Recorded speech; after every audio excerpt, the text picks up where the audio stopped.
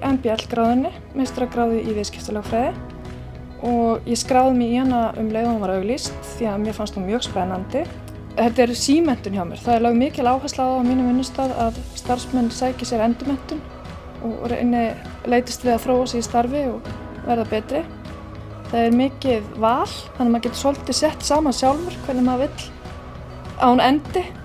Sveigjanleiki mikill af því að það er náttúrulega verið að kenna í bland með ML-inu. Fyrirkomulag námsins á Bifröst, það er vendikennsla. Bifröst er komið mjög framarlega í því.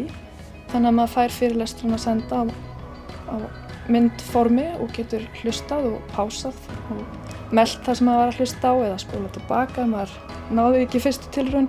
Mér gengur mjög vel að ná jafnvægi á milli vinnu og náms og þar hefur mest að segja þetta fyrirkomulag námsins á Bifröst að geta horft á fyrirlestrana þegar mér hentar.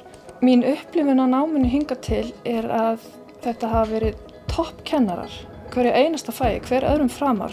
Frábæri fyrirlestra, ég hef verið svo ánægð með þetta, ég fengi svo mikið út úr þessu.